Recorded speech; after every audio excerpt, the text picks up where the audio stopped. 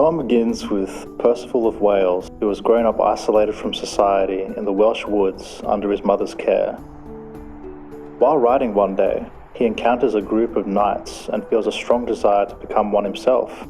Despite his mother's objections, Percival makes his way to King Arthur's court, where a young girl predicts a future of greatness for him. A surly knight named Sir Kay mocks him and strikes the girl, but Percival astounds everyone by slaying a troublesome knight who had been bothering King Arthur and donning the knight's red armor.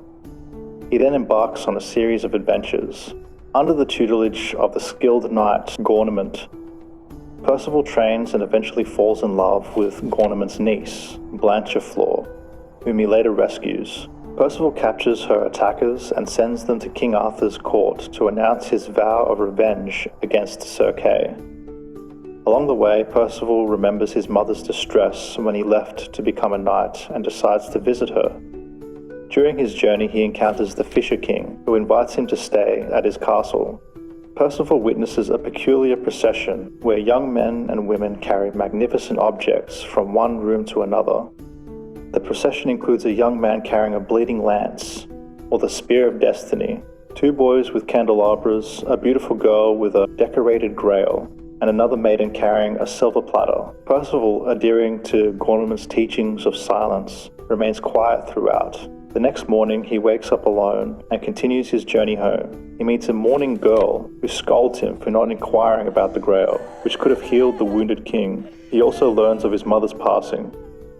Percival captures another knight and sends him with the same message to King Arthur's court. King Arthur sets out to find Percival and tries to convince him to join the court. Unbeknownst to Percival, he challenges Sir Kay to a duel, breaking Sir Kay's arm and exacting his revenge. Percival agrees to join the court, but a hideous lady, also known as the Loathly Lady, appears and reproaches him for failing to ask the Fisher King about the Grail's purpose. Percival's quest for the Holy Grail ultimately ends in failure. This can be seen in the trial of the Fisher King and the message conveyed by the hideous lady.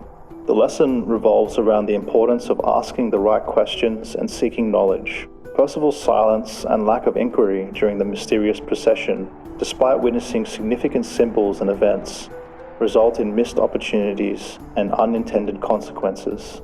The Loathly Lady serves as a messenger, admonishing Percival for his failure to inquire about the Grail's purpose from the Fisher King.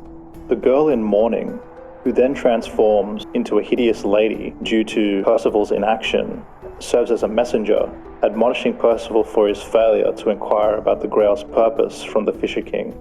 Her appearance and subsequent reprimand highlight the significance of curiosity and the pursuit of understanding. Percival's silence represents his naivety and lack of awareness as he follows the teachings of his guardian to remain silent. The underlying lesson emphasizes the importance of active engagement and questioning in order to acquire knowledge and fulfill one's responsibilities. By neglecting to ask about the Grail, Percival misses the chance to heal the wounded king and potentially bring about positive change. The Loathly Lady's reproach serves as a reminder for Percival and the readers to not overlook opportunities for growth, understanding and fulfilling their duties. Therefore, the lesson presented is that one should not remain passive or silent when faced with mysterious or important circumstances. Instead, it is essential to ask questions, seek knowledge, and actively engage with the world in order to fulfill one's potential and to make meaningful contributions.